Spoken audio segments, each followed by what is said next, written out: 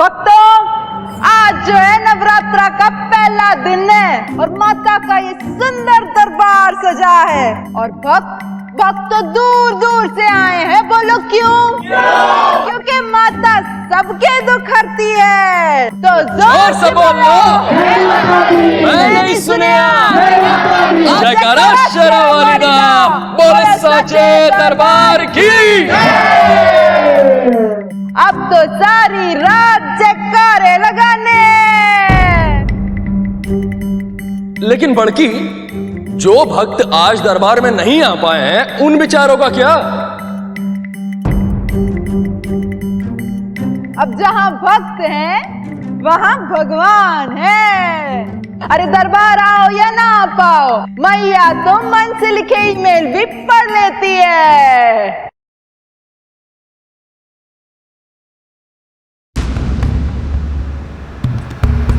कहां चला गया? तुम आ जाओ, तुम आ जाओ।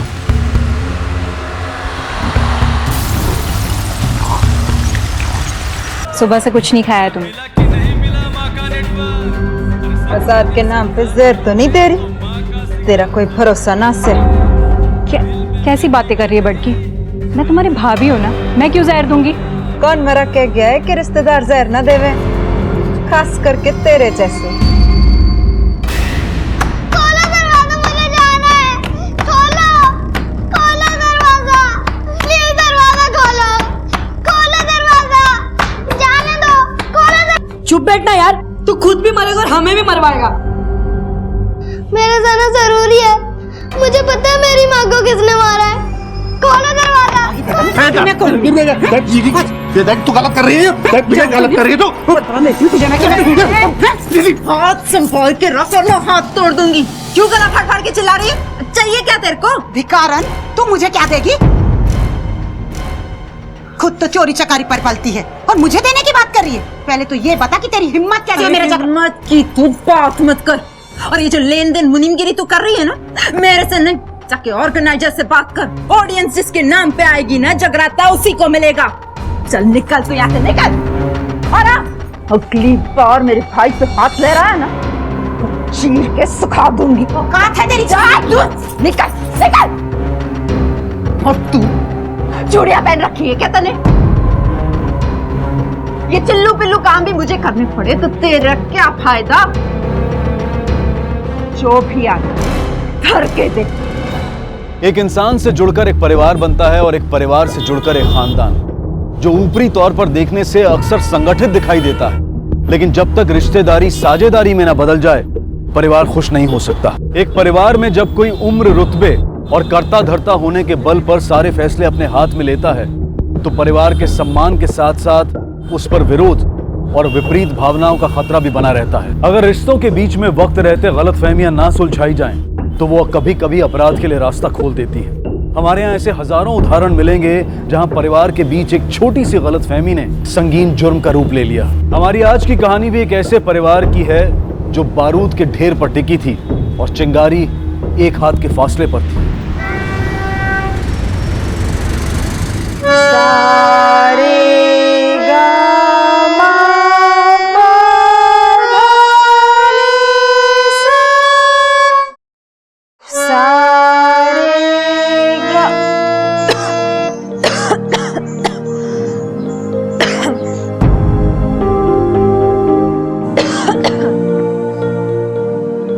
चाय वाली बन के घूम रही है।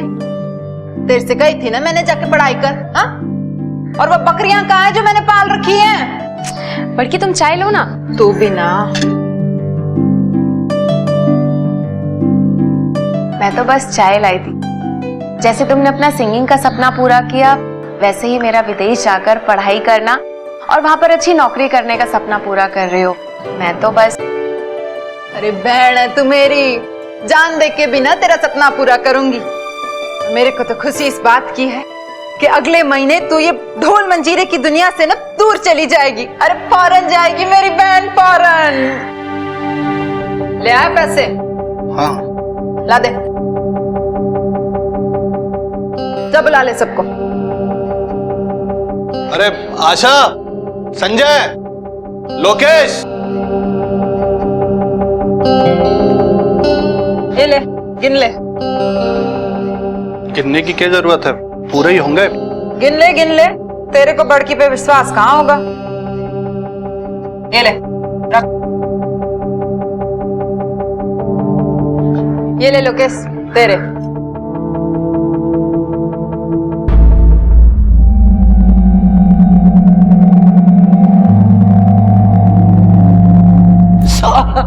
तू ना काम पे ध्यान दिया कर। हाँ? तो अगली बार से ना तेरी तनख्वाह भी बढ़ा दूंगी। चल।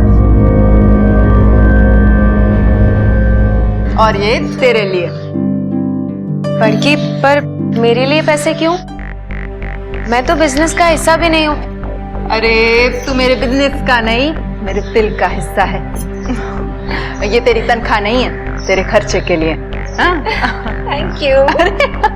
Thank you so much. ठीक है।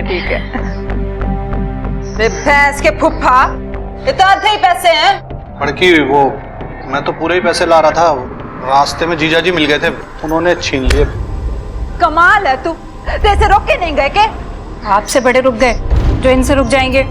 तुझे तो मैं बाद में देख लूंगी, पहले अपने खसम के चोर तो कस लूं। उसकी खाल भी मसाला मांग रही है। निकम्मे सबके सब।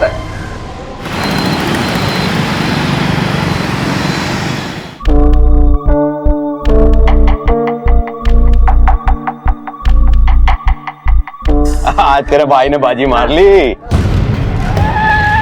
अबे पत्ते छोड़, फटाफट वो आ गई तेरी बीवी, देख चंडी का रूप लेके। भाग। साले कमीने, मैं इसलिए कमा रही हूँ ताकि तुझे दारू में उड़ाए। हाँ? रुक।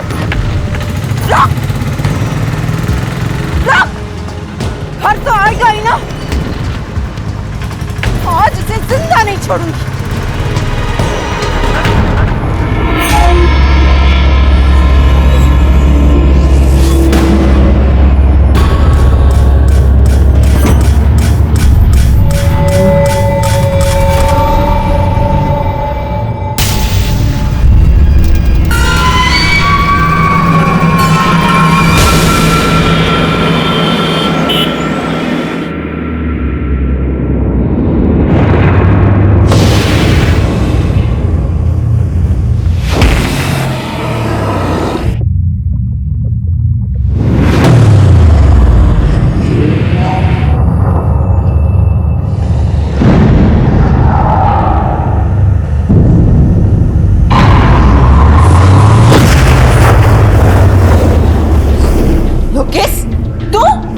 हिम्मत कैसे हुई आने की? कितना तरस आएगी, प्यार करता हूँ तुझसे, ऐसे दुत्कार मत। तेरी शर्म, जहाँ तू पसर रहा है ना, वो मेरे पति की जगह है। और वही जगह तो तूने मुझे दी है। सूअर का पाल चला गया क्या आंख में? अरे माँ समान पुआ पे हाथ डाल रहा है। अरे मैं नहीं मानता हुआ तू तो मेरी सरिता है। साले कमीने, तू निकल यहाँ से। निकल मेरे कमरे से। सरिता तूने अच्छा नहीं किया मेरे साथ।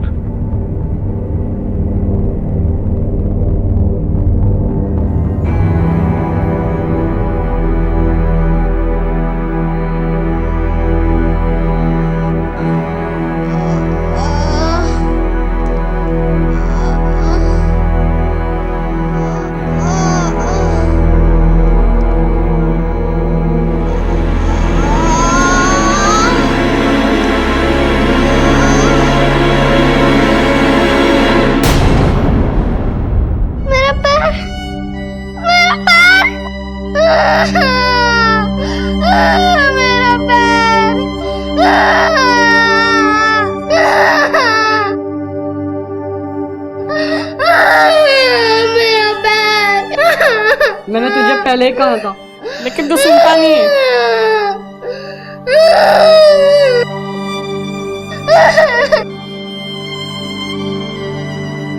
काश कैंप से भागने की वजह मैंने मम्मी को फोन किया होता तो ये सब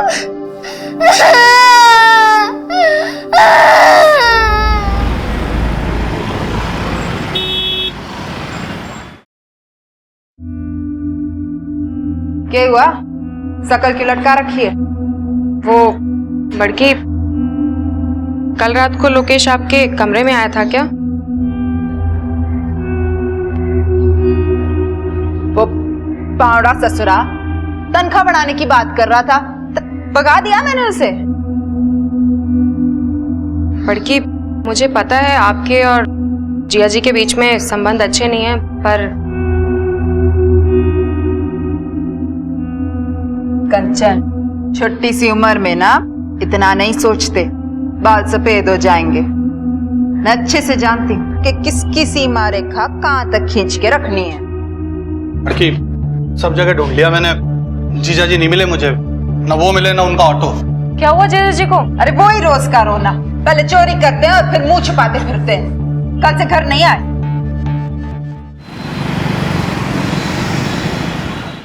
कुछ झगड़ा वगड़ा हुआ था आप लोगों का? कब से गायब है? साहब जी, झगड़ा तो हर पति पत्नी में हुए है। अब ना वो राज है ना मैं सिमरन, पहले ढूंढने से मिल जाते थे, लेकिन कल से गायब है। ये जी फोटो उनकी। फैमिली में कौन कौन है? जी फैमिली में पहली शादी से एक 10 साल का छोरा है। पहला पति गुजर गया तो मनोज से दूसरी शादी कर ली।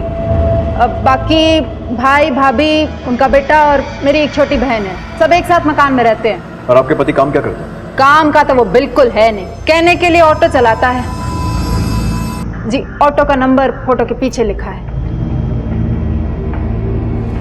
साहब जी, जैसा भी है पति है मेरा, बहुत प्यार करता है, ढूंढ निकालिए उसे। ठीक है, आप अपनी कंप्लेन लिखवा दीजिए, जैसे कुछ पता चलता है बताते हैं। और आप भी आसपास पता कीजिए, हो सकता है शायद किसी दोस्त या रिश्तेदार के यहाँ चले गए हों। ठीक है साहब जी, जय माता दी।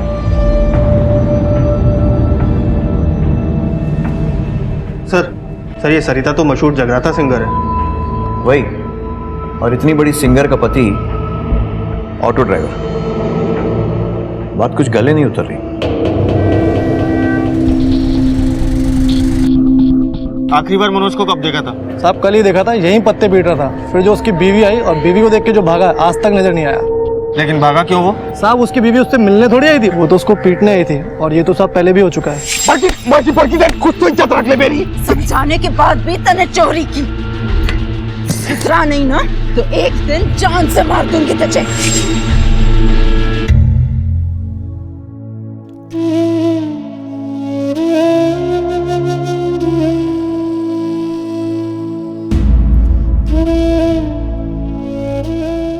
मम्मी, आप आ गए? बहुत दर्द हो रहा है। आपने मना किया था, फिर भी मैं भाग गया। मैं पुलिस को सब बता दूंगा, सब बता दूंगा। मारती हूँ मैं मनोज को, मेरे से गलत बात ना बर्दाश्त नहीं होती। हाथ बहुत जल्दी छुटता है मेरा। ऐसा क्या गलत काम करता था वो? एक हो तो बताऊं, दारू वो पिए, चोरी वो करे, जुए की लत उसे। इतनी वजह क्या कम है किसी को कूटने के लिए? और तो और मेरे जगराते में भी कम कर्म कांड न करी उसने। लाना था भाई इस पे, माता के दरबार में दारू पी के आ गया। अगर इसके बिना प्रोग्राम कर सकती है तो ठीक है, नहीं तो। जी इसकी तरफ से ना मैं माफी मांगती हूँ। 15 अक्टूबर को जब मनोज ऑटो स्टैंड से भागा तो उसके बाद मिला वो आपसे?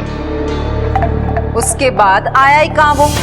आता तो रपट लिखाने की जरूरत ही ना पड़ती, खाट के पास से बांध के रख देती उसे।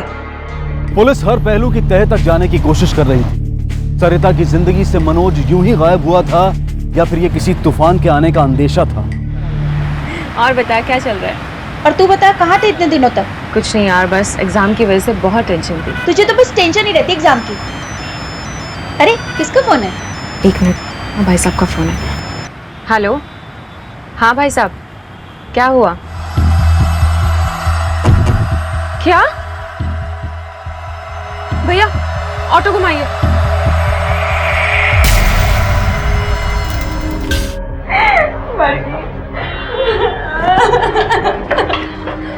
बॉडी के पास एक लैंप पड़ा मिला है, लगता है इसी के तार से इसको गला घोट के मारा गया। तो एनालिसिस के लिए भेजो तो।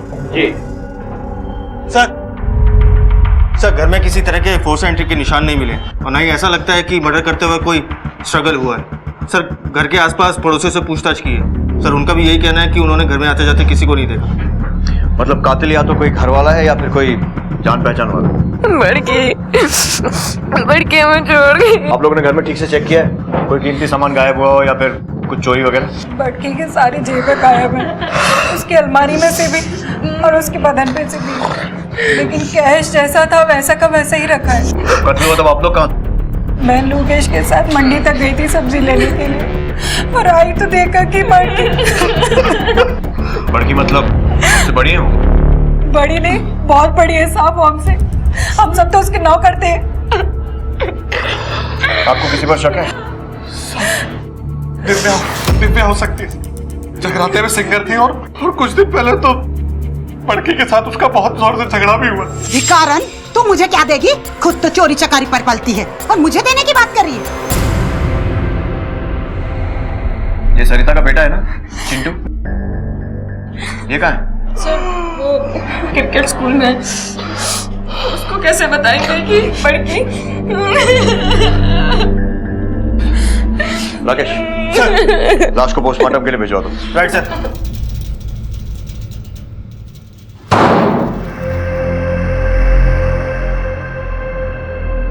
नाटक बंद कर, खाओ जल्दी, सीधा खाओ।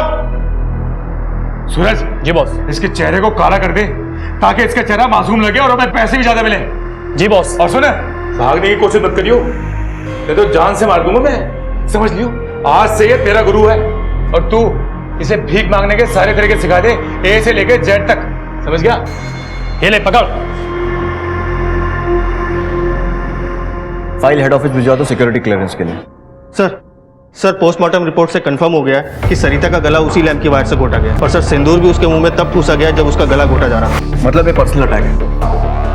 राकेश, सिंदूर से वोकल कॉर्ड्स खराब होती है, यानी सरिता का गाना या फिर गाने से मिली शोहरत और पैसा किसी को पच नहीं रहा। अब वो इंसान या तो मनोज हो सकता है या फिर कोई ऐसा इंसान जिसकी सरिता से बेइज्जती हुई, और ये भी पॉसिबिलिटी है कि कोई दूसरा सिंगर जिसका मार्केट सरिता ने खराब किया, शायद दिव्या। सर सरिता काफी दबंग औरत है, कोई एक आदमी उसे कंट्रोल कर सके ये थोड़ा मुश्किल है। एग्जैक्टली। अकेला आदमी गला घोटते हुए मुंह में सिंदूर नहीं ठूस सकता। एक काम करो, इन्वेस्टिगेशन को फास्ट ट्रैक करो, सरिता और मनोज के कॉल रिकॉर्ड्स निकलवाओ और ये जो ज्वेलरी की चोरी हुई थी उसे ट्रैक करो, और इस दिव्या को उठाओ। सर मुझे यहाँ क्यों बैठा रखा है? मनोज के कॉल रिकॉर्ड्स में सबसे आखिरी कॉल तेरा था। चल बता, क्यों कॉल किया था उसे? वो सर, मैं उनका भतीजा हूँ सर, और रोज ही फोन करते रहते हैं एक दूसरे को, और सर मिलते भी हैं। लेकिन सर जब वो उस रात मेरे कमरे में आए तो बहुत गुस्से में थे सर। पता नहीं साली लुकाई है कि बवाल। सब जानता हूं उसका तिरिया चरित्र। वो समझती कि मुझे कुछ पता नहीं है। साली भतीजे से लगी पड़ी है और मेरे सामने सती सावित्री होने का स्वांग रचती। अब बताता हूं उसे मनोज क्या चीज है। सरिता और लोकेश का अफेयर चल रहा था। वही लोकेश जो सरिता के साथ जगराते में गाता है। जी सर।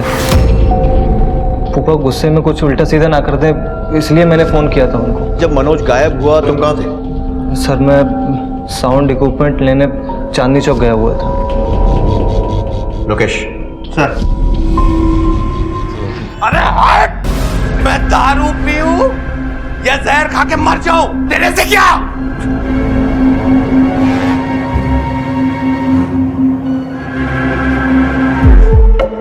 साला ये दारू में है क्या?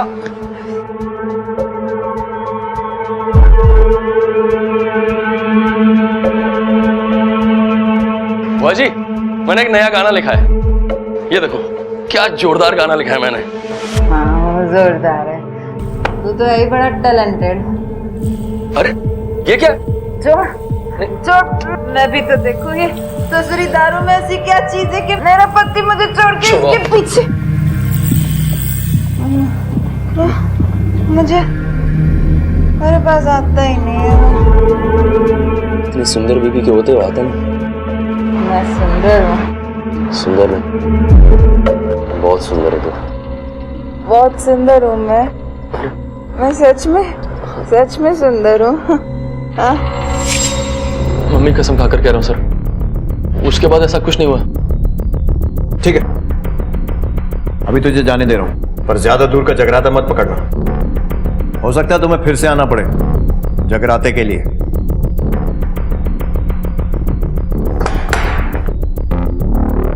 सर दिव्या का पता चल गया, मुंबई में अपने एक शो के लिए गई है, आजकल में आ जाएगी सर। जैसे आती है उसे लेकर आओ। सर मनोज की कोई खबर? नहीं सर, कोई खबर नहीं। राकेश, मुझे लगता है अब तक के इन्वेस्टिगेशन के हिसाब से इस मर्डर के पीछे सबसे स्ट्रांग मोटिव मनोज का ही है। हेलो, हाँ क्या? सर ये बच्चा बता रहा है कि चिंटू 18 अक्टूबर के मैच के बीच से ही भाग गया था। ये बोलना अरे चिंटू किधर है चिंटू? और डेट इतने अच्छे से कैसे याद है? सर इसका बर्थडे था उस दिन, और जब से वो पहले दिन से आया तब से उसका यहाँ पे मन ही नहीं लग रहा था। ना वो प्रैक्टिस पे आता था, ना ही टाइम पे उठता था। ऐसे लग रहा था जैसे वो जबरदस्ती लाया गया हो। एक बच्चा आपकी एकेडमी से इतने दिनों से गायब है और आपने उसके माँ बाप को खबर भी नहीं की? नहीं सर, उसकी माँ का मोबाइल नंबर है मेरे पास में। मैंने बहुत बार उनका नंबर ट्राई किया, लेकिन हमेशा स्विच ऑफ ही आ रहा था। और मैंने पुलिस कंप्लेंट भी की थी, आप चाहे तो चेक कर सकते हैं। ठीक है, अगर मनोज ने चिंटू को किडनैप किया है तो उसको कैसे पता चला कि चिंटू कब भागने वाला है? या ये भी हो सकता है कि चिंटू उसे रास्ते में कहीं मिला और मनोज ने उसे वहीं ठिकाने लगा दिया। शर्मा, एक काम करो, चिंटू के स्कूल, घर और इस अकेडमी के आसपास पूछताछ करो, सबसे पता करो। सर। हाँ राकेश। सर वो दिव्या, सरिता की राइवल सिंगर, उसे हम थाने ले आए हैं सर। ठीक है, सर पूछताछ करो। समझी नहीं जी आपका मतलब? ये तुम्हारे फोन के कॉल डिटेल्स हैं। इसमें शरीफ आदमियों के कम और गुंडे मवालियों के ज्यादा नंबर हैं। जिसे तुमने हायर किया था उसे ऑलरेडी हम इंटेरोगेट कर चुके हैं।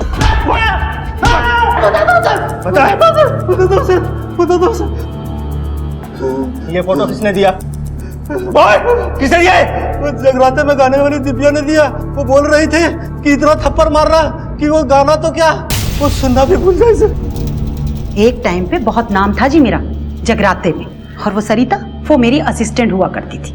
असिस्टेंट भी क्या, मेरे घर में बाई थी, झाड़ू पोछा लगाती थी। हो तेरे सिवा अब कुछ भी नहीं मुझे भाता है, आज जगराता है। अरे वाह सरिता, तुम तो बहुत अच्छा गाती हो, सिंगर क्यों नहीं बन जाती? मैंने उस सरिता को सरिता से सरिता चौहान बनाया, अपने जगराते में गाने गवाए, और आज लोग उसे पसंद करने लगे। मेरे सारे जगराते उसी के पास जाने लगे, स्टार बन गई जी वो। मेरे अलावा कोई और भी दुश्मन होगा उसका, और वही हाथ साफ कर चला गया। सर मुझे लगता है कि दिव्या सच बोल रही है, क्योंकि हमने उसके गुंडों के ऊपर सारी डिग्री अपना ली, लेकिन हर बार वो एक ही बात बोलते हैं, हमने कुछ नहीं किया, हमने कुछ नहीं किया। राकेश, इस केस में अब तक कुछ भी ठोस हाथ नहीं लगा, न चोरी की ज्वेलरी बरामद हुई है, न मनोज का पता चला है और न ही चिंटू का। जांच तेज करनी पड़ेगी। पुलिस ने छानबीन में जमीन आसमान एक कर दिया, लेकिन नतीजा नील बटा सन्नाटा जैसे था। कुछ भी कह पाना मुश्किल था। पुलिस की सारी मेहनत अंधे कुएं में जा रही थी। अगर सरिता को मनोज ने मारा था तो मनोज कहां था? उसे जमीन निगल गई थी या आसमां खा गया था? क्या चिंटू इनकी कैद से कभी रिहा हो सकेगा? सर इंफॉर्मेशन के हिसाब से मनोज का ऑटो पूसा हिल के फॉरेस्ट के पास देखा गया। और मनोज, उसकी कोई खबर? नहीं सर, उसकी कोई खबर नहीं।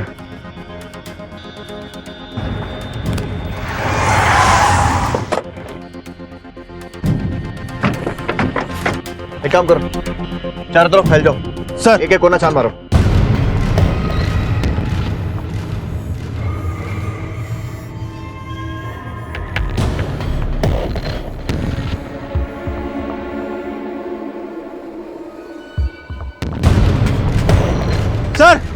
Sir auto.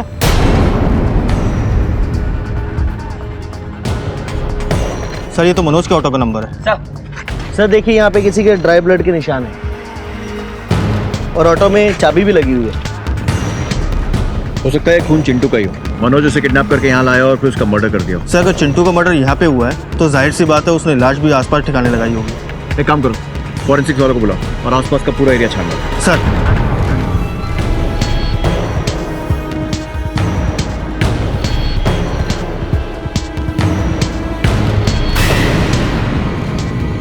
सर यहाँ एक बॉडी है।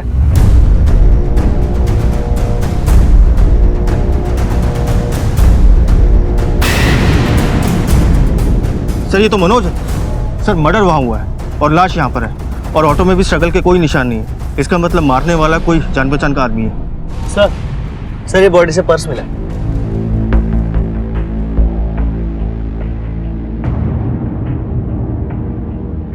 एक बात तो क्लियर, चोरी या लूटपाट के इरादे से इसका मर्डर नहीं किया गया, क्योंकि पर्स में पैसे, यहाँ तक कि ऑटो भी सही सलामत है।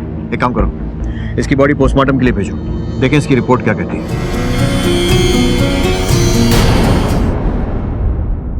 इस बार जाने दो, आगे से कोई भी शिकायत आए तो अंदर कर देना। Sir postmortem report. सर, इस पोस्टमार्टम रिपोर्ट के हिसाब से मनोज का कत्ल 15 अक्टूबर यानी सरिता के कत्ल से ठीक 2 दिन पहले हुआ था। उसके ऊपर 2 वार किए गए थे सर, एक पेट में और एक दिल के पास। मौत इंटरनल ब्लीडिंग की वजह से हुई थी। इसका मतलब मनोज का सरिता के कत्ल में कोई हाथ नहीं है। ये केस तो और उलझ गया। संजय के बयान के हिसाब से मनोज गुस्से में उसके यहाँ गया था, और उसके बाद वो कहाँ गया ये हमें नहीं मालूम। संजय ने कहा कि जब मनोज गायब हुआ तब वो चांदनी चौक में साउंड इक्विपमेंट खरीद रहा था। पता करो इस बात में कितनी सच्चाई है। ठीक है सर, मैं एक टीम भेज देता हूँ। इस पूरी फैमिली पर 24 घंटे नजर रखो।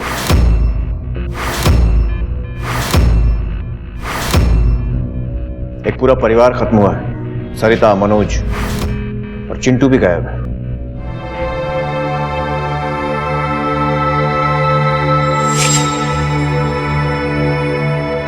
मम्मी!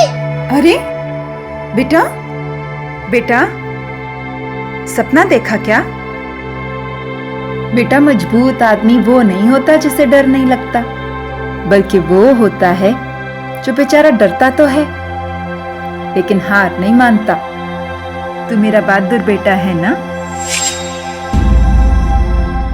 बेटा बुलाए चट दौड़ी चली आए माँ, बेटा बुलाए चट दौड़ी चली आए माँ, अपने बच्चों के आंसू देख नहीं पाए माँ। बेटा आवाज तो इसकी अच्छी है, पर पब्लिक कितनी पसंद करेगी ये नहीं पता।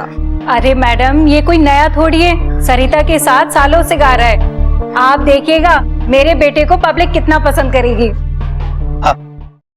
नमस्ते जी। नमस्ते। ये कंचन है जी, हमारी बहन। नमस्ते। बहुत जोर का गाती है। मैं तो कहता हूँ इसको गाने का मौका दीजिए आप, देखिए धूम मच जाएगी। और वो क्या कहते हैं, सिंपैथी, वो भी तो इसे मिलेगी जी।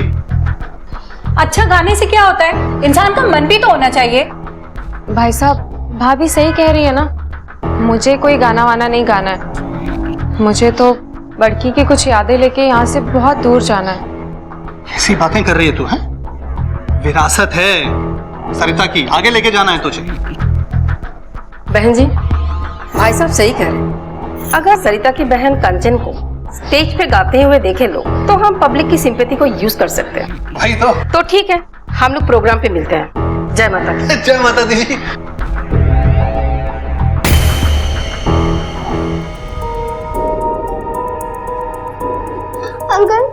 अंकल मुझे माफ कर दो, मुझसे गलती हो गई।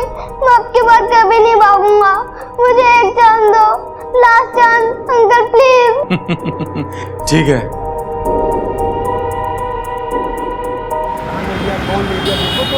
हेलो जी भाई साहब, जी मैं अभी ऑर्गेनाइजर से ही मिलकर आ रही हूँ। हाँ भाई साहब, बस अभी घर पहुंची। लेके जाइए इसे यहाँ से।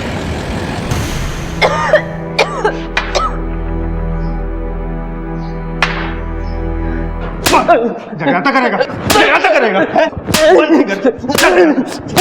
राकेश, बहुत ढीठ निकला ना तू। हमने सोचा था कि तुझे नहीं मारेंगे, पर नहीं, तू नहीं माना। चल अब बता, कंचन को क्यों मारना चाहता था? बोल। सर मैं सरिता से कोई प्यार नहीं करता था। उस बुढ़िया से चक्कर इसलिए चला था कि जगराते में ग्रुप का मेन सिंगर बन के गाऊंगा सर।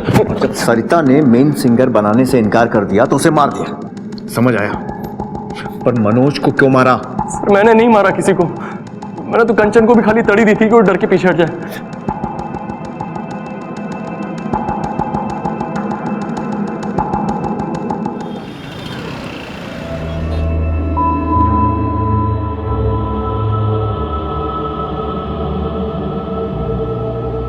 लोकेश इतनी आसानी से टूटने वाला नहीं।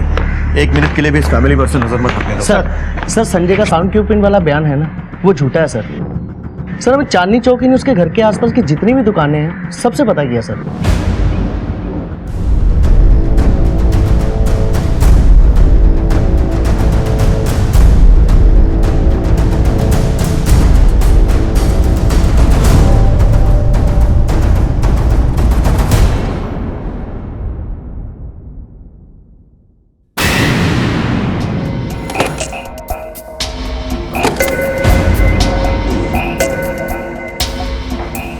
सर सरिता के जो गहने चोरी हुए थे वो संजय की अलमारी से मिले हैं। मतलब हम लोग सही रास्ते पर थे। सरिता के मर्डर से संजय का कुछ ना कुछ लेना देना तो जरूर है। सर मनोज की बॉडी पे चाकू से सिर्फ 2 बार हमला हुआ है और संजय की बॉडी पे कई निशान मिलते हैं। इसका सिर्फ एक ही मतलब है कि संजय को मारने वाला कोई पेशेवर कातिल नहीं है।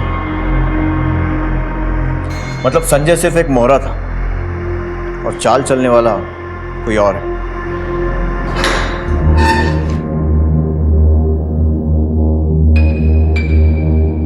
ये सब मैं भाभी के लिए कर रही हूँ, तेरे लिए नहीं, वरना सड़ता रहता यहीं पर।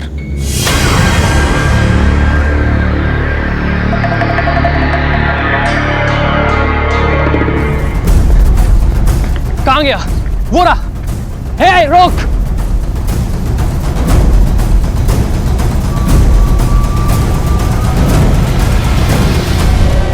Please take me to police station. क्या हुआ? क्या हुआ? Uncle, please take me to police station. Uncle, my name is Chintu. I live in Rajouri.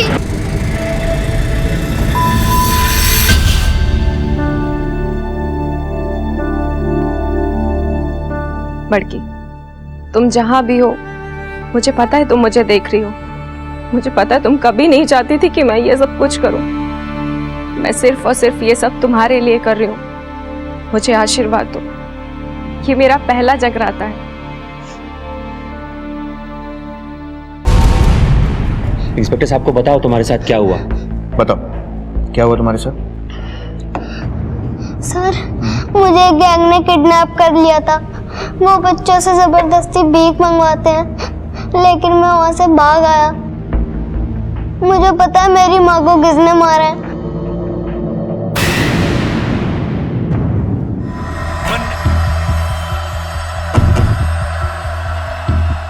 क्या हुआ इंस्पेक्टर साहब? बहुत प्यार करते थे बड़की से, इतना कि अनजाने में उसके कातिल का ही साथ दिया जा रहा है।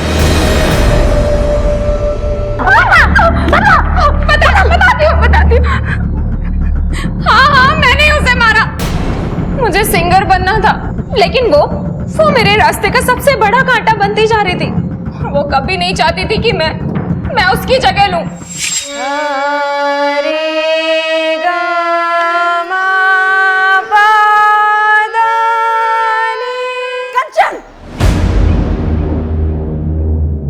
कर ये सब। बड़की वो मैं और जा अपने कमरे में पढ़ाई कर। छोड़ ये सब, जा। क्यों छोड़? नहीं, आपको डर तो नहीं है कि जैसे आपने दिव्या की जगह ले ली, कहीं मैं आपकी जगह ना ले लूं? मैं तुझे पढ़ा लिखा कर विदेश भेजना चाहती। ये जो चमक है ना, ये हमेशा के लिए नहीं रहती। पब्लिक का क्या, ये सर पे बिठाती भी है और उतार के कूड़े में फेंक भी देती है। और ये सब जब तक चला सो चला, कोई गारंटी नहीं है इन चीजों की। जा और जाके पढ़ाई कर। चल जा। मैं पढ़ाई नहीं करना चाहती थी और ना ही नौकरी करना चाहती थी। जगरातों से बॉलीवुड में जाना चाहती थी, स्टार बनना चाहती थी। मुझे पता था संजय पैसों के लिए कुछ भी करेगा। वही मनोज जी को चोरी करने के लिए उकसाता था। अरे फूफा जी, बस पैसे से मांगा करो, आपकी पत्नी है वो। अरे यार, देखा तो है तुमने, कुत्ते जैसी हालत बना दी है। जहाँ देखो वहाँ बेइज्जती करती होती, पैसे का खाक देगी। और मनोज जी रोज लड़ा करते थे, एक दूसरे को मारने की धमकी दिया करते थे। मैंने उसी मौके का फायदा उठाया और संजय को और पैसों का लालच दिया। और संजय उसे क्यों मारा? वो तो तुम्हारा साथ दे रहा था ना। वो और पैसों के लिए मुझे ब्लैकमेल करने लग गया था।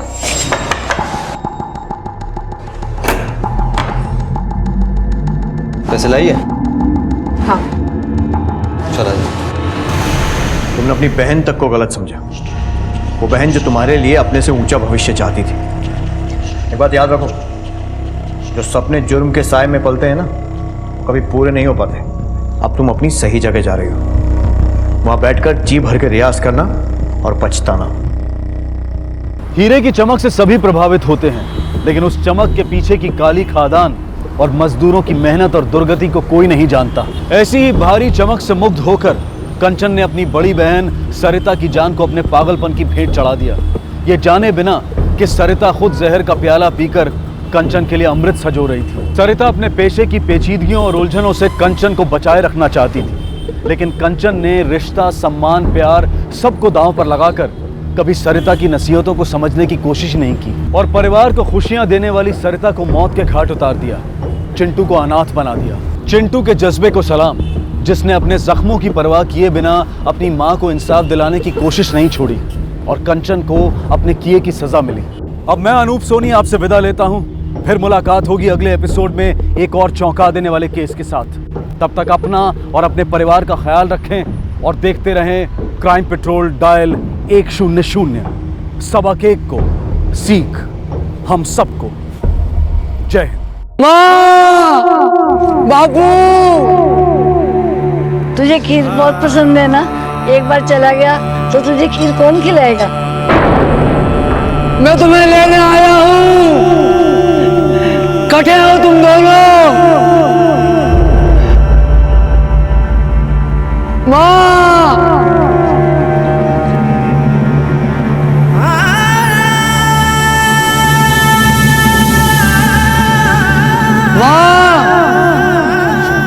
बापू, माँ।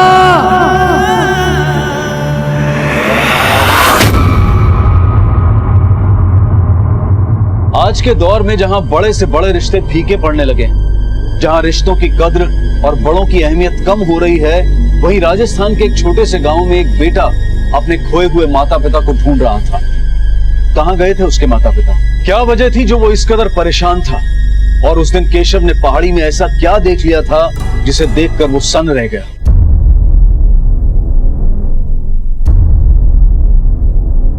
कौन से गांव से हैं आप लोग? सर, हम भीनमाल से हैं। ये केशव है, इसके सारे परिवार वाले भीनमाल से ही हैं, पर अब इसके माँ बाप लापता हैं। लापता है? कब से लापता है? ये तो मुझे भी नहीं मालूम साहब। मैं तो 6 साल से हटे था ही नहीं। बम्बई में रिक्शा चलाता हूँ और जब 6 साल बाद वापस लौटा तो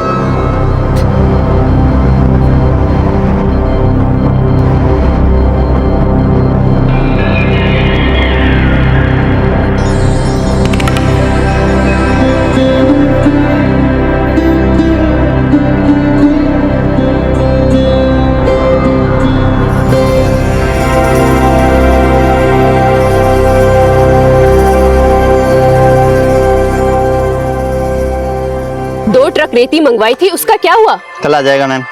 पक्का? एकदम पक्का। ध्यान रखना। घड़ी खम्मा सरला दीदी। खम्मा घड़ी कैसे हो केशव? आ गए मुंबई से? अरे मुझे तो लगा था कि तुम शादी करके ही वापस आओगे। आप भी ना दीदी, बिल्कुल भी नहीं बदली। कैसे हो केशव? मैं बिल्कुल ठीक हूँ विनोद भैया, आप कैसे हो? सब बढ़िया। कब आया मुंबई से? मैं बस अभी चला आ रहा हूँ। चल अच्छा हुआ। ठीक है, तो सरला से बात कर, मैं थोड़ा काम देख के आता। जी बिल्कुल। और बता माधव और बाकी के घर वाले कैसे हैं? वो बिल्कुल ठीक है दीदी। 2 दिन पहले मिला था। मुझे तो एनजीओ के काम से आजकल शहर में ज्यादा रहना पड़ता है, इसलिए यहाँ की खबर नहीं रख पाती। अब गांव में पानी जो लाना है तो शहर के चक्कर तो काटने ही पड़ेंगे ना। अरे दीदी, जितना आप इस गाँव के लिए करती हो उतना आजकल कोई किसी के लिए नहीं करता। अभी के लिए मैं जाऊँ, फिर आता हूँ कभी फुर्सत में आपसे मिलने। ठीक है। अच्छा।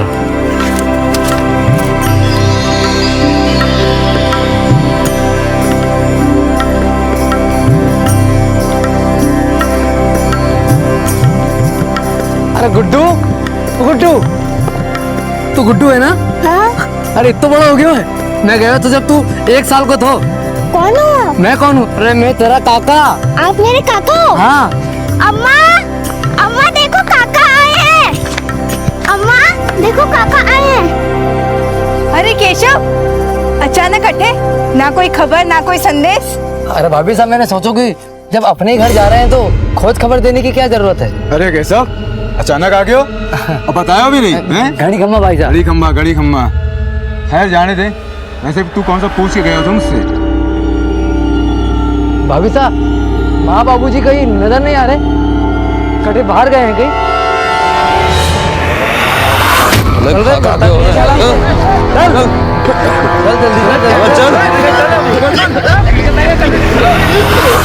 तूने बताया नहीं केशव ने?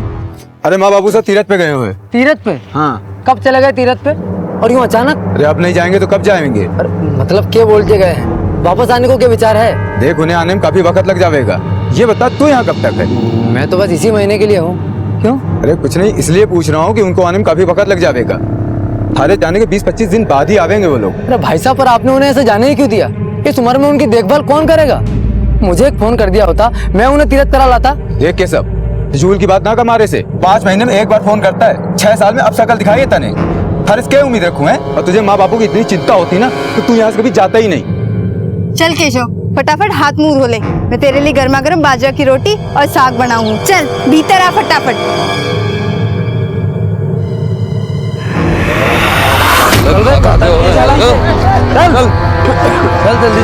चल। राम राम काका। अरे कैसा तू कब आया बम्बई से? आज ही आया हूँ काका। हाँ बैठ। कैसे हो? ठीक हूँ बिल्कुल। और घर में काकी और आपको बेटो मोनू वो दोनों कैसे हैं? मैं भी ठीक है। मोनू तो सरपंच के कारखाना में काम करे। अच्छा हाँ। अच्छा काका एक बात बताओ, थे मैंने फोन पे बताया हो कहीं नहीं कि माँ और बापू दोनों तीर्थ यात्रा पे निकल गए हैं? वो अरे भाई मैं सोचो कि तू बम्बई में तो भी यही काम कर रहा है, दिन भर तो व्यस्त रहे हुए, भागा दौड़ी का मायने तू भी यही परेशान रहे हुए, तो बस ये वास्ते को नहीं बताया, कोई खास बात को नहीं। अच्छा कितने वक्त हो गए उनको निकले हुए? वो एक काम कर कैसा, तू घर आना, हमारे ग्राहकी का टाइम है। ठीक है काका। सदानंद के जमीन पर उनका दोनों बेटा कोई अधिकार है, औरतों को जायदाद में हिस्सा ना मिले। ठीक है? खम्बा खड़ी हुकुम, खम्बा खड़ी। जे केशव है, मुंबई से वापस आ गए हो, सोचा आपके पाँव छुआ दूं। चल खम्बा हुकुम। क्या बे भगोड़े, मैंने तो लागो शहर से हीरो बन के वापस आएगा। थारे बदन पर तो रफू किया कपड़ा है। अब यही रहेगा, वापस जाएगा? वापस तो जाना है हुकुम, और वैसे भी मैं अठे अपने माँ बापू से मिलने आया था, और अब वो तो है ना।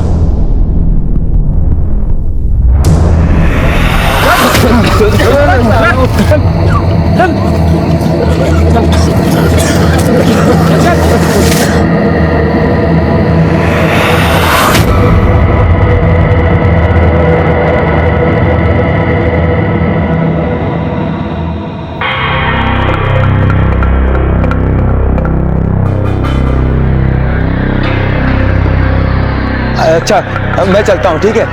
आ जा केशव, आ चल।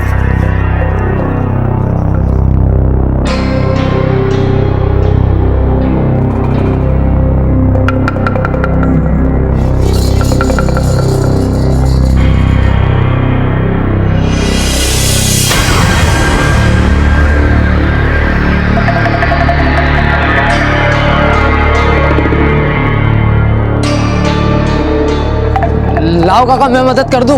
नहीं बेटा, अरे बराबर है, मैं कर लूंगा। अरे ला काका मैं हाथ लगा दूं इधर।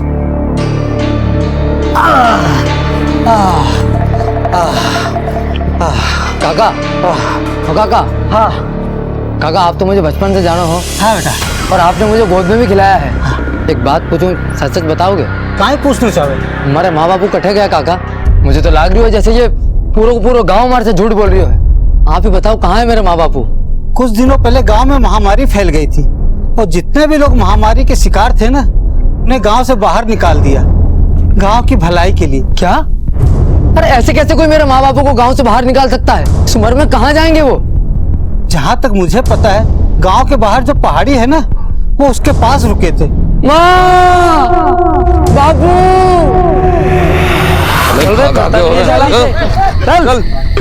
चल जल्दी चल। मैं तुम्हें लेने आया हूँ, कटे हो तुम दोनों। चल जल्दी।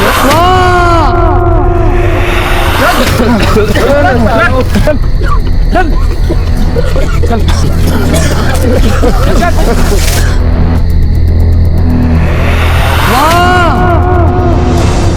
बापू, माँ।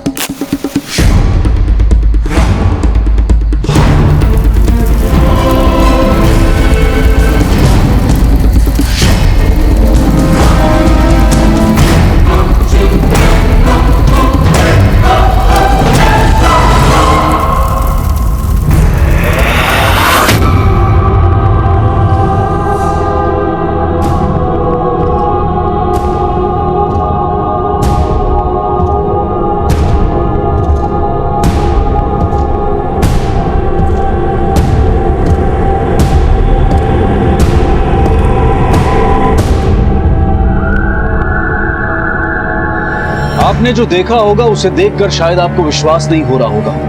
आपके हाथ पैर ठंडे पड़ गए होंगे और आपके रोंगटे खड़े हो गए होंगे। आज हम आपको एक ऐसे दिल दहला देने वाले केस से रूबरू कराएंगे जहां राजस्थान के एक छोटे से गांव में कुछ लोगों को झोपड़े में बंद करके जिंदा जला दिया गया। आखिर कोई इतना कठोर दिल कैसे हो सकता है? क्या ऐसा करने वालों के दिल में जरा सी भी दया नहीं बची थी? आखिर क्यों इन लोगों को जिंदा जला दिया गया? क्या गांव में फैली महामारी ही इस अपराध की वजह थी जो इस कदर बर्बरता से इन गांव वालों को मार दिया गया? क्या इस अपराध के पीछे कोई एक इंसान था या फिर पूरा का पूरा गांव ही इस घृणित अपराध में शामिल था? दीदी, सारे गांव वालों ने हमारे साथ धोखा करा है। हमारे माँ बापू को इन लोगों ने गांव से बाहर निकाल दिया और अब गांव के बाहर वाली उस पहाड़ी में उन सारे लोगों की जली हुई लाशें मैंने देखी।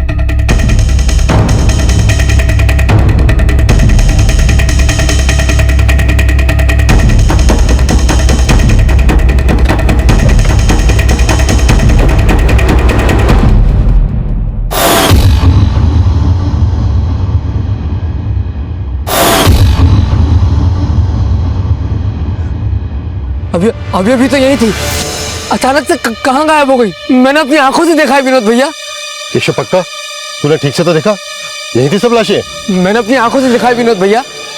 माँ बापू और भी बहुत सारे जले हुए लोग थे यहाँ। झोपड़ा जला तो है, जरूर कोई बात है। मुझे लगता है पुलिस में खबर करनी चाहिए। सर, केशव का कहना है कि उसने वहाँ कई लाशें देखी, पर जब हम वहाँ गए तो वहाँ जले हुए झोपड़े के सिवा कुछ भी नहीं था। साहब, जीते जी मैंने मेरा माँ बापू से किसी ने मिलने नहीं दिया। और अब तुम जब उस जगह पे पहुंचे तो वहां लगभग कितनी लाशें थी? लगभग 10-11। सुंदर सर, फौरन इनके गांव चलते हैं और देखते हैं कि आखिर माजरा क्या है। सर, लेकिन इनका गांव यहाँ से 60-70 किलोमीटर दूर है। जगह चाहे कितनी भी दूर हो, कानून हर जगह होना चाहिए।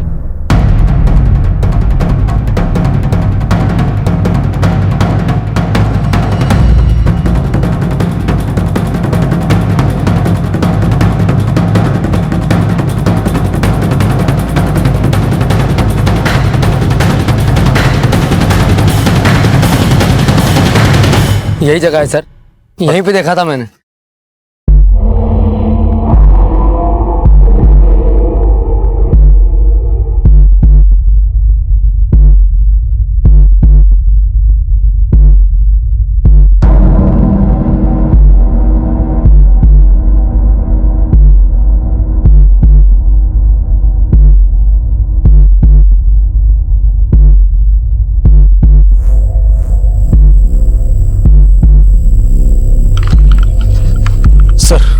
कुछ नहीं मिला है। सुंदर, हमें गांव के लोगों से पूछताछ करनी चाहिए, तभी हमें पता चलेगा कि आखिर मामला क्या है। इस गांव के 60-70 किलोमीटर के सराउंडिंग में कुछ भी नहीं। इसका मतलब बाकी के लोग भी इसी गांव के होंगे। बात अगर केशव के माँ बाप के मरने की होती तो मामला दुश्मनी का या पारिवारिक हो सकता था, लेकिन एक साथ इतने सारे लोगों के मरने की घटना ये किसी और ही तरफ इशारा करती है।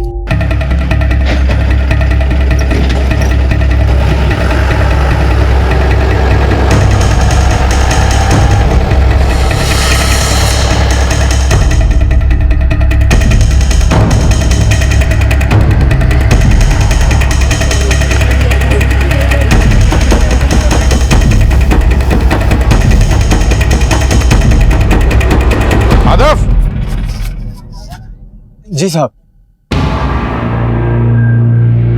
आग? नाना साहब, मारो तो उस तरफ कभी जाना ना होवे, बल्कि किसी ना तो किसी के मुंह से सुनी हो। माँ बाप की खोज खबर लेने की भी कोशिश नहीं की? नहीं साहब, वो सरपंच जी ने फरमान जारी किया था। कैसा फरमान?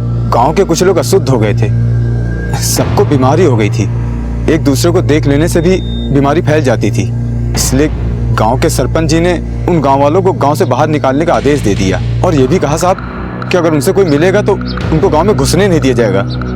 इसलिए साहब हम कभी उधर जाते भी ना थे। ये बात है दरोगा साहब। अरे आप करो हमारे गांव की तरफ कैसे? अब कुछ ठीक तो है ना? हम अक्सर वहीं दिखाई देते हैं सरपंच साहब जहाँ कुछ ठीक नहीं होता है। क्या बात कर रहे हो? आज तक तो आप लोग कभी इस गांव में आए नहीं थे और सब कुछ ठीक ही चल रहा था। क्या? गांव के बाहर एक झोपड़े में केशव ने कुछ लोगों की जली हुई लाशें देखी थी। इससे पहले कि ये किसी को कुछ बताता, किसने उन लाशों को ठिकाने लगा दिया। और अभी अभी हमें ये पता लगा है कि कुछ दिनों पहले आपके हुक्म से कुछ लोगों को इस गांव से निकाल दिया गया था। हाँ, छुआछूत वाली बीमारी थी उनको, सारा गांव चपेट में आ रहा था उसके। देखिए, हम सरपंच है इस गांव के, गांव का भला और गांव वालों का स्वास्थ्य हमारी जिम्मेदारी, हमारी, इसीलिए हमने फरमान जारी किया था। हुक्म, वो पहाड़ी के पास तो अक्सर वो तांत्रिक ने देखोगे है जो 2 साल पहले नरबली वाला मामला में जेल गए हो, और पहाड़ी के पास तो वो कोई घर है, कहीं ये सारे मामले में उसी का तो हाथ नहीं है? ये किस तांत्रिक की बात कर रहे हो तुम? सही बोल रहा है, पागल है वो आदमी। हमें तो लगता है कि ये सारा उसी का किया कराया है। जाइए उसे पकड़िए, इस गांव में आपको कुछ नहीं मिलेगा, उसके पीछे भागिए। तांत्रिक है, तंत्र मंत्र के लिए बलि तो चढ़े हैं।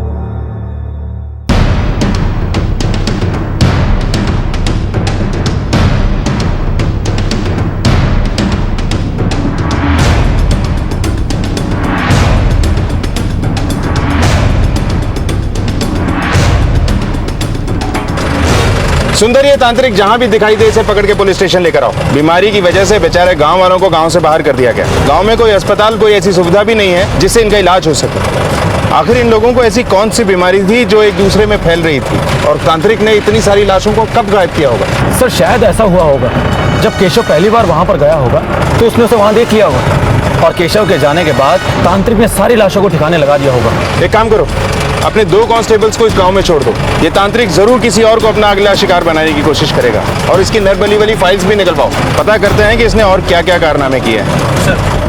गांव वालों से पूछताछ करने पर ऐसा लग रहा था कि उन्हें एक जवाब रटा सा दिया गया, और यही बात पुलिस के शक को और गहरा कर रही थी। आज भी हिंदुस्तान में ऐसे कई गांव हैं जहां कई किलोमीटर के रेडियस तक कोई कानून व्यवस्था नहीं है, और जहां कानून व्यवस्था नहीं होती वहां लोग अपना कानून बना लेते हैं। पुलिस के लिए फिलहाल इन 12 लाशों का राज सबसे बड़ी चुनौती थी, जिसे सुलझाने की वो पूरी कोशिश कर रहे थे। वहीं गांव में कुछ ऐसे लोग भी थे जिन्हें ये बात बिल्कुल रास नहीं आई थी कि केशव की वजह से गांव में पुलिस का आना हुआ। केशव की दिलेरी की वजह से ही पुलिस को इन लाशों के बारे में पता चल पाया था, लेकिन कहीं इसी दिलेरी की वजह से केशव किसी मुसीबत में तो नहीं फंसने वाला था।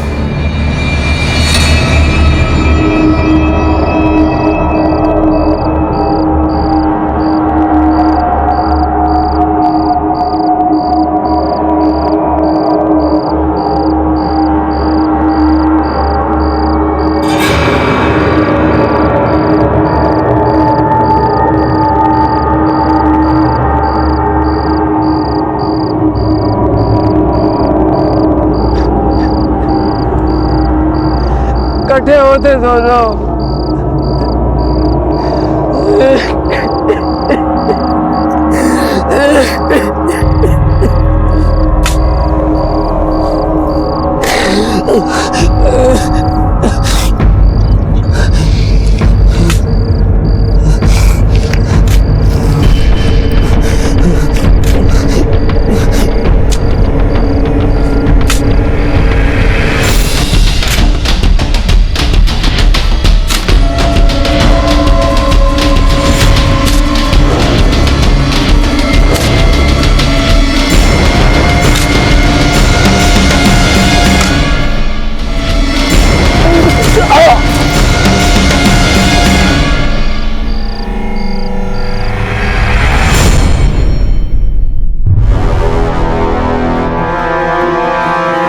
सर, कल रात से पता नहीं केशव कहाँ चला गया, और अभी तक घर भी नहीं लौटा है। क्या साहब, हम दोनों पूरी रात इंतजार करते रहे, लेकिन केशव का कोई अता पता नहीं चला साहब।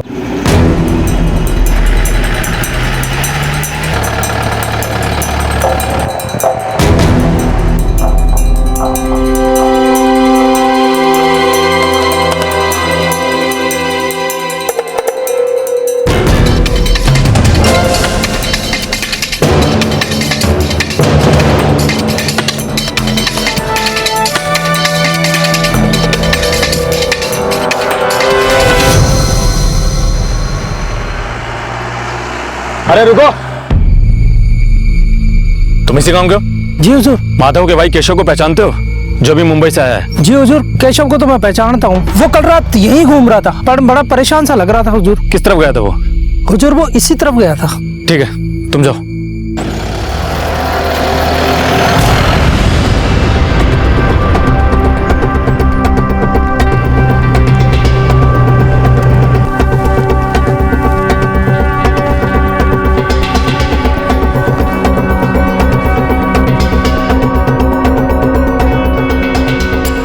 आखिर इतनी रात को केशव यहाँ क्यों आया होगा, वो भी इस जले हुए झोपड़े के पास?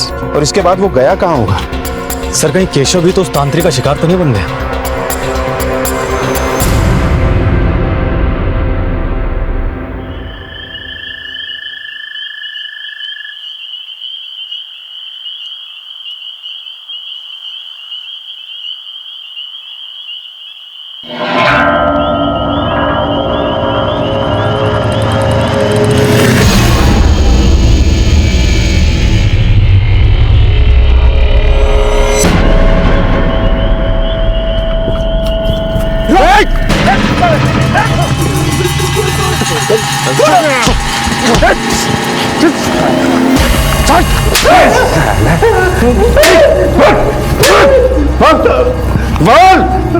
क्यों कर रहा है ये सब? क्यों नहीं सबकी जान?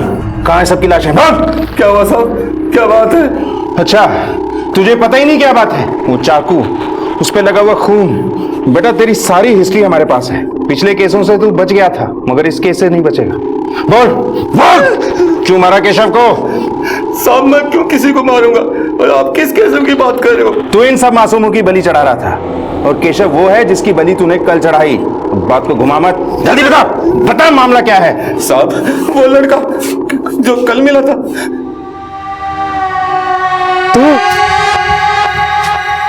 तो तूने मारा उन सबको?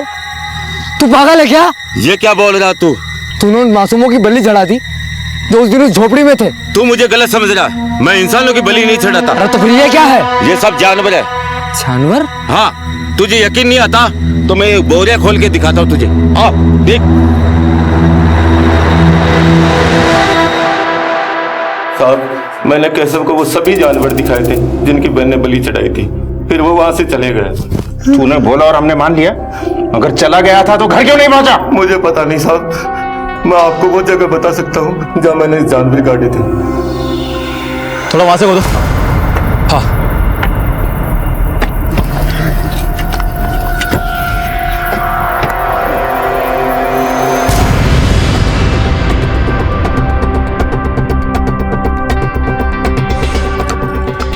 सर, यहाँ तो सारे जगहों से गड़े हुए जानवरों की लाशें मिली हैं। जानवर की लाश?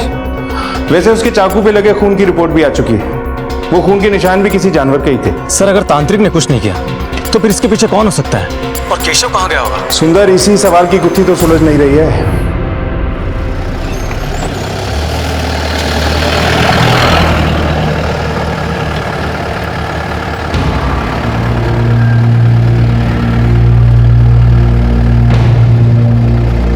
इस सुनसान इलाके में फैक्ट्री? चौधरी एक काम करो, इस फैक्ट्री पे ले लो।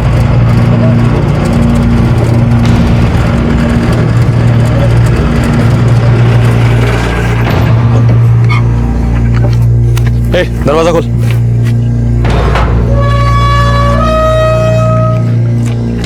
क्या भाई, ये फैक्ट्री बनता क्या? साहब उनसे पूछ लीजिए, वो सुपरवाइजर हैं।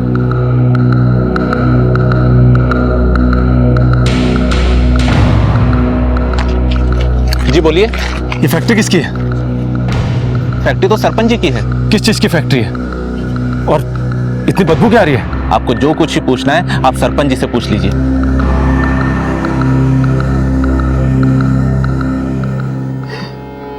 सब मेरी गलती है, रिश्तों का मोह समझ ही ना पायो। जिस तरह मैं अपने बच्चों के बारे में सोचता रहा, वैसे ही मेरे माँ बाप मेरे बारे में सोचते रहे। देखो मासा, आप लोग यहाँ रुकोगे तो ये बीमारी सब में फैल जाएगी। वैसे भी गांव वाले सरपंच जी का दरवाजा खटखटाने वाले हैं, और अंदर की बात तो ये है कि सारे रोगियों को गांव से बाहर निकाल दिया जाएगा, वरना कहीं ये बीमारी हम लोगों को ना लग जाए। और आप लोगों के लिए मैं इसे खतरे में नहीं डाल सकता हूँ। तू चिंता मत कर बेटा, हम लोग यहाँ से चले जाएंगे कहीं दूर।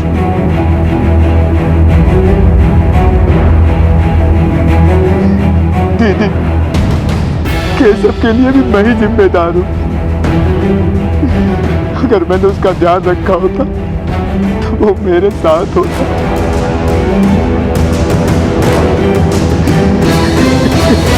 सुंदर, समझ में नहीं आ रहा है कि आखिर माजरा क्या है। पहले इतनी सारी जली हुई लाशें, फिर अचानक से सारी लाशें गायब, और अब वो केशव जिसने आकर हमें सब बताया था वो भी गायब है। सर गांव से भी कुछ खास पता नहीं चल पा रहा है, पर गांव की कुछ ही दूरी पर एक फैक्ट्री है जहां पर गांव के अधिकतर लोग काम करते हैं, और ये फैक्ट्री वहां के सरपंच की है। पर मैं जब उस फैक्ट्री में गया था तो वहां से बहुत बदबू आ रही थी। पता नहीं फैक्ट्री में क्या बनाया जा रहा था। शहर से इतनी दूरी पर फैक्ट्री का होना मुझे बड़ा अजीब सा लग रहा था। मैंने क्रॉस चेक किया है, सरपंच इस फैक्ट्री को गैर कानूनी ढंग से चला रहा है। सुंदर, हमें इस फैक्ट्री की छानबीन करनी चाहिए। शायद जिन लोगों की मौत जलने की वजह से हुई वो इसी फैक्ट्री में काम करते हो, और ये बीमारी उन्हें इस फैक्ट्री की वजह से ही हुई हो।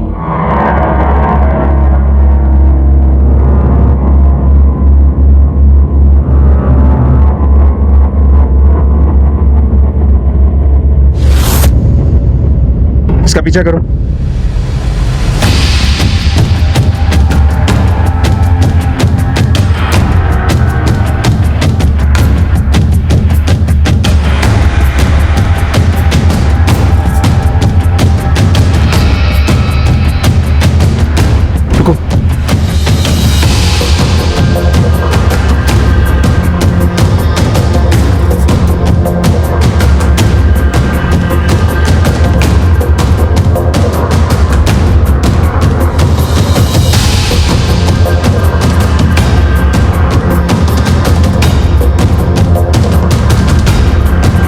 देखो अच्छी तरह।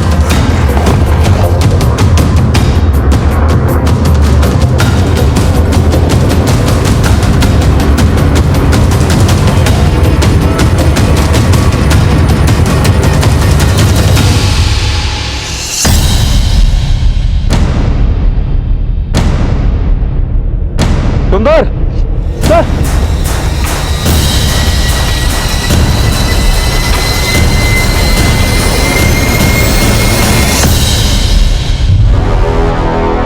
तुमने ये गैर कानूनी फैक्ट्री चलाकर बहुत बड़ा अपराध किया है। ताला लगेगा तुम्हारी किस्मत पर और इस फैक्ट्री पर। गांव के सभी लोग तुम्हारी फैक्ट्री में काम करते थे, जिनमें केशव के माँ बाप भी शामिल थे। जाहिर सी बात है, अगर गांव छोड़ देने के बाद भी उनका तुमसे लेना देना है तो उनकी मौत की वजह में भी सिर्फ तुम्हारा ही लेना देना होगा।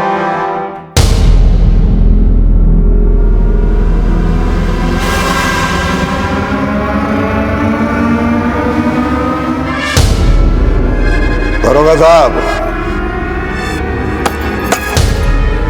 जो मारो गांव है, मारे को यहां से लेके जाना इतना आसान ना है। आपको लेके तो जाएंगे ही सरपंच साहब, आज नहीं तो फिर कभी से। चलो।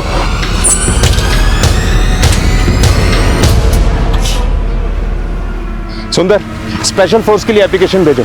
इन सब मौतों के पीछे सरपंच का ही हाथ है, इसे अरेस्ट करना ही होगा। सर साहब, ये सब मेरी वजह से हुआ साहब। मैंने उनको भेजा था, जिसके बाद ये सब। सर, गांव के ऊपर मैंने शुरू से ही सरपंच का दबदबा देखा है, पर वो इस हद तक गिर सकता है ऐसा लगा नहीं था। सर, आप उसे अरेस्ट क्यों नहीं करते? देखिए, हमारी पुलिस चौकी आपके गांव से 70 किलोमीटर दूर है, और ये ज्यादा बड़ी पुलिस चौकी भी नहीं है। सरपंच के पास जितने लोग हैं उनसे निपटने के लिए हमें और जवानों की जरूरत होगी। हमने स्पेशल फोर्स की मांग की है, वो अप्रूव होते ही हम सरपंच को गांव के बीच से उठा के लाएंगे। और जब से सरपंच को पता चला है कि उसका फांडा फूट चुका है, उसने गांव के आसपास अपने लोग भी बढ़ा दिए। सर, पोस्टमार्टम की रिपोर्ट आ चुकी है। मरने वाले सभी लोगों को टीबी की बीमारी थी, और उन सभी लोगों को जिंदा ही जला दिया गया था। क्या? जिंदा जला दिया?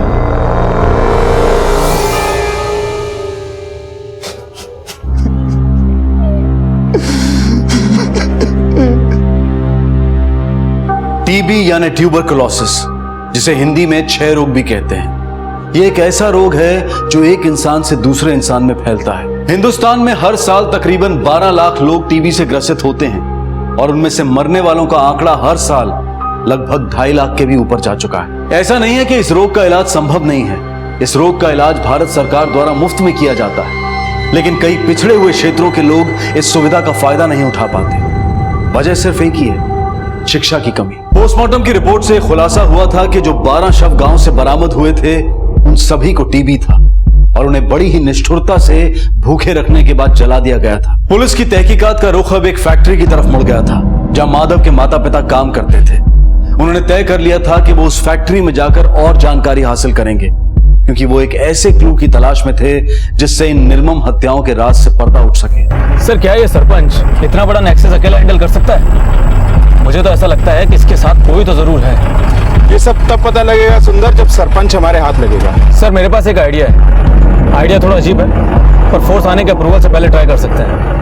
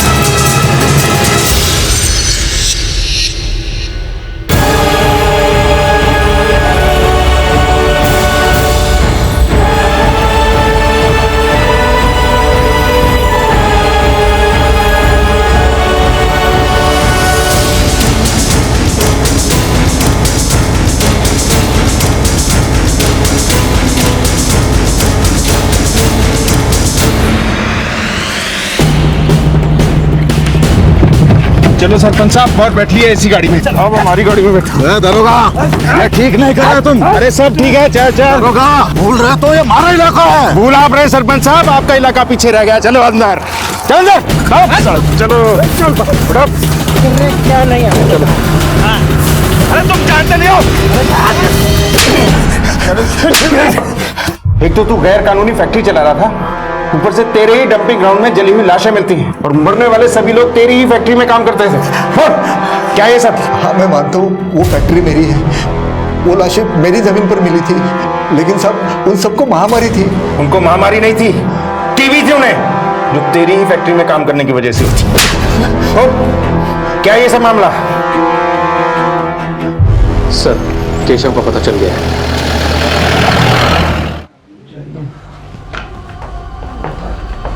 केशव केशव केशव उठाओ इसे सर, केशव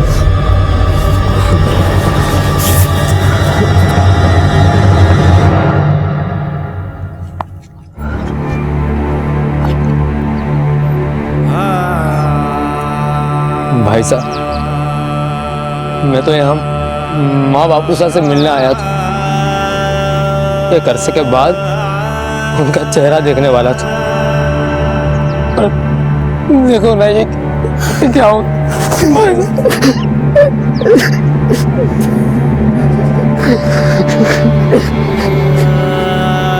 अब तक पुलिस के हाथ जितने भी सुराग लगे थे वो किसी भी ठोस नतीजे तक पहुंचने के लिए काफी नहीं थे, क्योंकि ये पूरा अपराध इतने योजनाबद्ध तरीके से हुआ था कि अपराध की जड़ और कारण दोनों से ही पुलिस अनजान थी।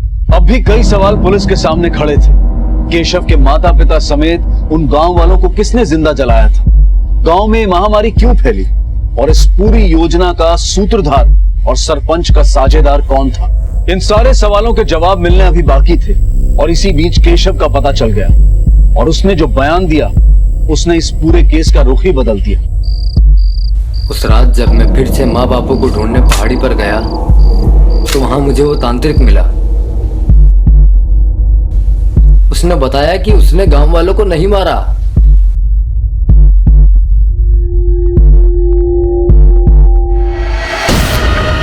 और यही बात जब मैं सरला दीदी को बताने गया तो केशव, अरे रुक जा।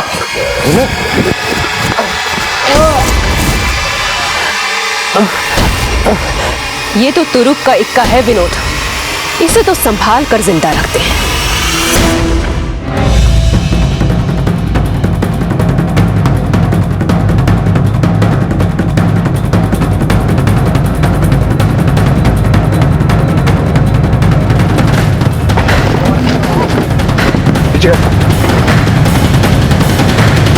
तुझे तो मैंने सबसे साफ सुथरा समझा था। ये क्या कहानी है? इतनी लंबी प्लानिंग, इतना बड़ा सेटअप। सर 7 साल पहले जब मैं यहाँ आई तो मेरा एक ही मकसद था, इस गांव के पानी की समस्या हल करना और यहाँ के लोगों की भलाई करना। वाह, ऐसा लग रहा है जैसे तू देवी का दूसरा रूप है। मुद्दे पर आ, कहानी मत सुना। जब मैं यहाँ आई तो मैंने देखा इस गांव के आसपास कुछ भी नहीं है, और अगर चलती थी तो सिर्फ एक ही आदमी की, सरपंच की। हाँ, मैं एकदम सीरियस हूँ। इतना सब कुछ करके क्या मिल गया हमें? बस सरकार से एक मेडल। सरपंच से बात करके देखते हैं, शायद कुछ बात बन जाए। तुम्हारा प्लान क्या है? ये ऐसी जगह है जहाँ किसी का कोई ध्यान नहीं। बस ये समझो कि राजस्थान के नक्शे में ये गांव है भी या नहीं, ये भी लोगों को पता नहीं। जरा सोचो, अगर यहाँ पे फैक्ट्री लगा दी जाए तो परमिशन की कोई जरूरत नहीं, कुछ भी करो, कुछ भी बनाओ, और तो और मजदूर मुफ्त। लेकिन सरपंच हमें ये सब क्यों करने देगा? फायदा, पैसा, और कौन नहीं चाहता फायदा और पैसा। सरपंच जी, आप चाहे तो क्या कुछ नहीं कर सकते। दवा की फैक्ट्री है और गांव वालों को मुफ्त में दवा मिल जाएगी आपकी वजह से। मसीहा बनने का अच्छा मौका है, और ये ऐसा सौदा है जहां नुकसान कुछ भी नहीं, बस फायदा ही फायदा है। और भी कुछ फायदे हो सकते हैं, जरा इत्मीनान से मिलिए, समझाते हैं।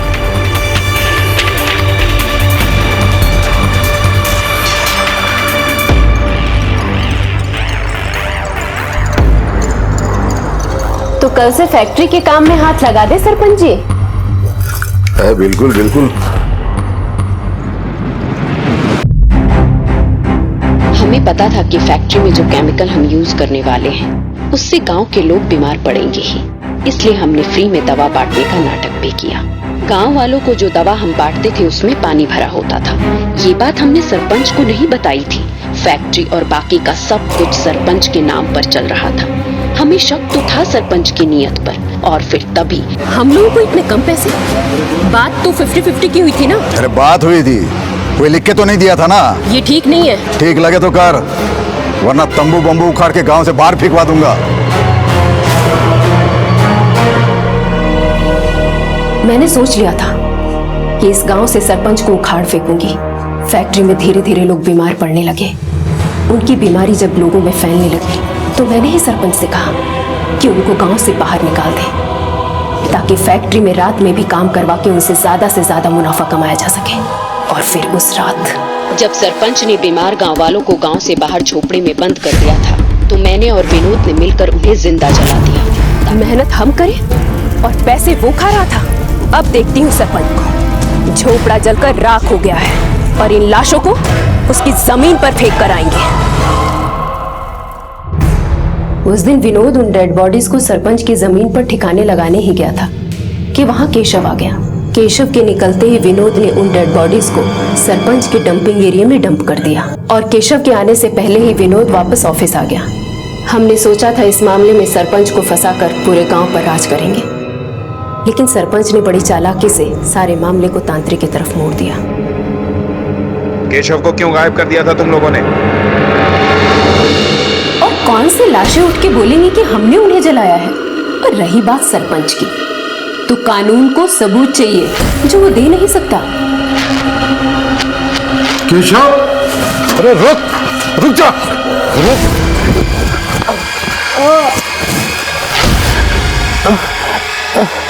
ये तो तुरुप का इक्का है विनोद, इसे तो संभाल कर जिंदा रखते हैं। जरा से पैसों के लालच में तुम लोगों ने इतना बड़ा षड्यंत्र रचा, इतने सारे मासूम लोगों को बेरहमी से जिंदा जला दिया। इंसानियत को भी शर्म आएगी तुम लोगों पर।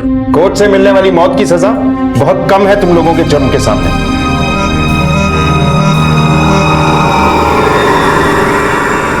चंद रुपयों के लालच में कई बहुमूल्य जिंदगियों को आग के हवाले कर दिया गया।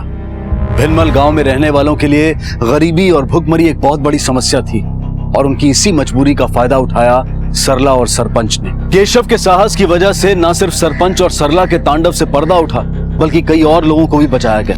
अगर केशव साहस ना दिखाता तो शायद इन लोगों का भी वही हश्र होता जो बाकियों का हुआ। अब मैं अनूप सोनी आपसे विदा लेता हूँ। फिर मुलाकात होगी अगले एपिसोड में एक और चौंका देने वाले केस के साथ। तब तक अपना और अपने परिवार का ख्याल रखें और देखते रहें क्राइम पेट्रोल डायल 100। सबक एक को, सीख हम सबको। जय हिंद। इस तरह के और भी एपिसोड देखने के लिए हमारे चैनल को सब्सक्राइब करें और बेल आइकन दबाना ना भूलें।